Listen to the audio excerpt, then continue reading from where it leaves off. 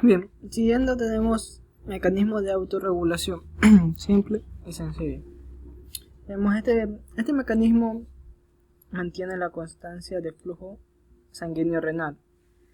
En el riñón, la autorregulación del flujo sanguíneo también debe posibilitar tanto la regulación de soluto y la excreción de agua. Pero los mecanismos exactos que se ocupan de la regulación intrarrenal del flujo sanguíneo no son muy claros, pero hay dos teorías propuestas, más que todo propuestas. Primero, uno de los mecanismos propuestos es el efecto directo sobre el músculo liso vascular, ¿ya? Es decir, que fuerza los vasos sanguíneos a relajarse sobre la presión arterial, o cuando la presión arterial aumenta, y se contraen cuando la presión arterial cae. Si la presión arterial aumenta, se relajan las arteriolas, y cuando cae, se contraen. El siguiente o segundo mecanismo propuesto es el complejo yuxtaglomerular, ¿ya? Este es el que vamos a hablar en este video. Complejo o aparato también se lo van a poder encontrar. Complejo yuxtaglomerular.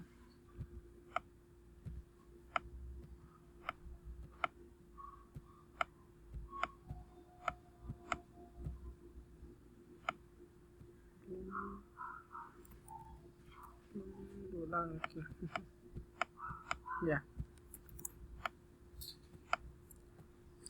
Primero tenemos que este complejo se supone que representa un sistema de control de la retroalimentación que vincula los cambios de la filtración glomerular y el flujo sanguíneo renal. Es decir, cuando disminuye la filtración, aumenta la dilatación. Esta es la retroalimentación. Sí, primero tenemos que mencionar cómo está conformado el aparato yuxtaglomerular. Sencillo, son tres componentes. Primero, la mácula densa, que es la mácula densa. Segundo, tenemos a las células yuxtaglomerulares. Y tercero, a las células mesangiales extraglomerulares. Células mesangiales. Mesangiales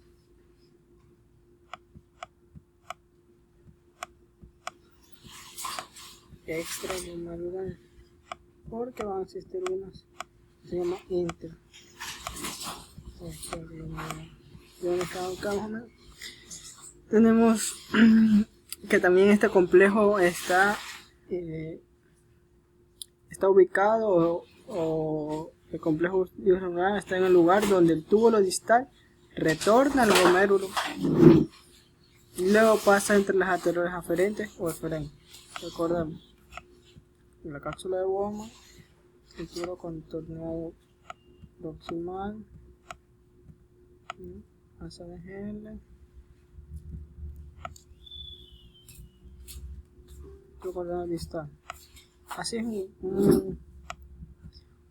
un esquema nomás de la defensa, pero estos están tan unidos que esta parte de aquí,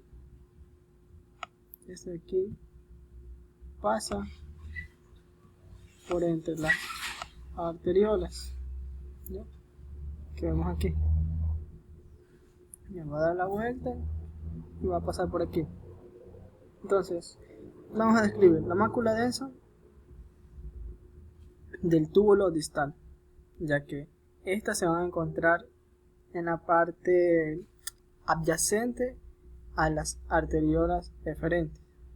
Las células que se encuentran del túbulo distal junto en las arteriolas aferentes y eferentes se van a modificar y van a tornarse cúbicas, ¿ya? y se las va a denominar mácula densa. Estas son sensibles al contenido iónico. ¿Ya? Aquí, mácula densa. Sensible al contenido iónico y al volumen del líquido que fluye por el tubo contorneado distal. Entonces, una baja en el volumen de agua corporal es detectada por estas células, es decir, y se producen señales moleculares que promueven la secreción de renina por las células yuxtaglomerulares, es decir, por el otro conjunto de células, ¿ya? Y la liberación de renina, tenemos ya el complejo lo que es renina, angiotensina, aldosterona, que se va a formar, y regula la presión arterial y el flujo sanguíneo. En otras palabras, la mácula densa va a controlar la cantidad de sodio y de agua que va a fluir, ¿ya? De sodio en los túbulos, en la orina, y de agua en las arteriolas. Si existe una disminución del volumen aquí, es decir, tenemos una volemia baja, por lo tanto la presión arterial va a disminuir, va a producir que las células intestinales secreten renina y por lo tanto se va a aumentar la presión arterial, ¿no? Así se va a contraer para aumentar el flujo sanguíneo, ¿ya? Y se eleva la presión arterial. No. Cuando la mácula densa percibe concentraciones, como decimos, de sodio altas, también en la sangre, es decir, se eleva la presión arterial, ya no disminuye, se eleva, actúa inhibiendo en cambio la secreción de renina por parte de las células yuxtaglomerulares de la arteriola aferente, está aquí, y de glómerulo renal. Por el contrario, la concentración de sodio disminuida, la mácula densa activa la producción de renina, permitiéndose la secreción de esta, con lo que lleva a la activación del sistema renina-angiotensina-aldosterona, con la consiguiente antinatriuresis, es decir, retorno, aumento de la retención de sodio y aumento de la presión arterial. Entonces la mácula densa va a controlar esto. En cambio, las células yuxtaglomerulares, aquí vamos, controla la presencia de sodio y agua, ¿ya? Y estimula para que las células yuxtaglomerulares produzcan renina. La principal función de las yuxtaglomerulares son la renina, ¿ya? La renina. Entonces, la renina es una enzima liberada en la sangre por células especializadas del riñón, ¿ya? Como ya dijimos, en respuesta a carencia de sodio o bajo volumen sanguíneo. Ahora, se piensa que y tenemos por último, ahí ¿dónde van a estar estas yuxtaglomerulares? Van a estar aquí, estas cúbicas, son células endoteliales, células que están modificadas de las arteriolas, de aquí. Y las células mesengiales son estas que están aquí. ¿Para qué sirven las células mesengiales extraglomerulares? Simplemente sirven como células fagocitarias, tienen defensa para ciertos organismos, para que no se produzca una infección constante, ¿no? Ahora, se piensa que una disminución de la velocidad de filtración glomerular, que es de 125 milímetros por minuto, hace lenta la velocidad de flujo de filtrado urinario en el ADG.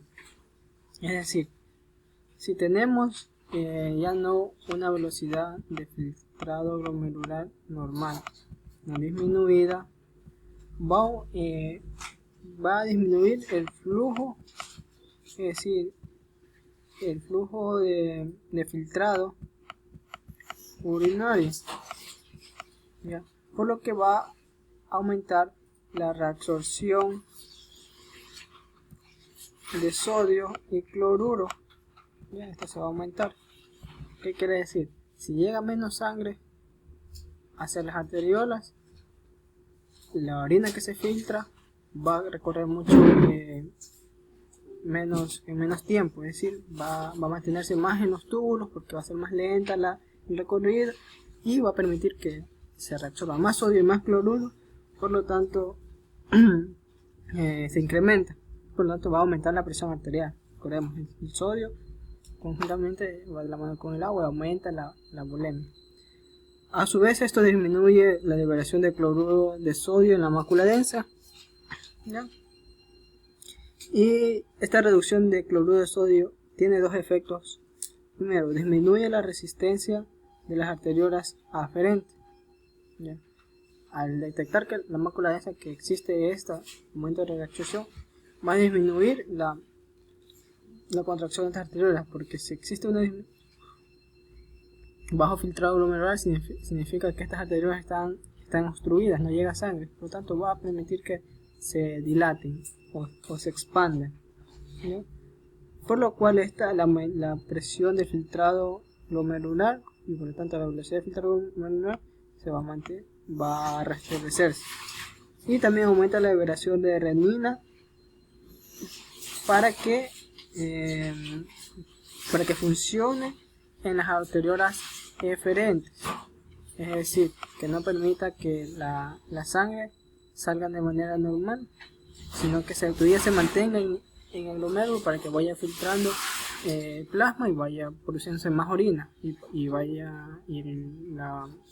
la velocidad de filtrado glomerular aumente. ¿Sí? Entonces, y al liberarse ya la renina, tenemos que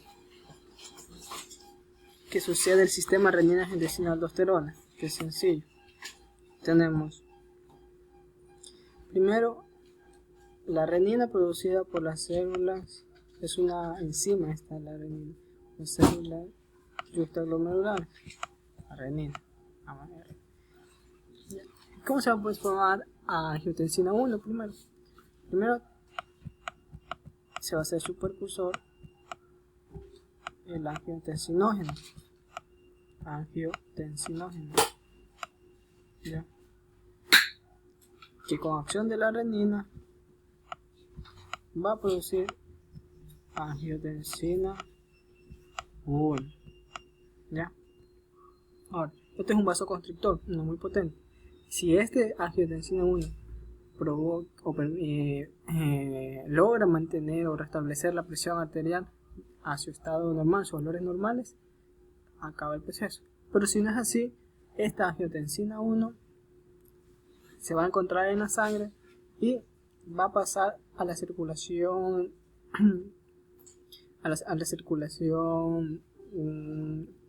pulmonar, ¿ya?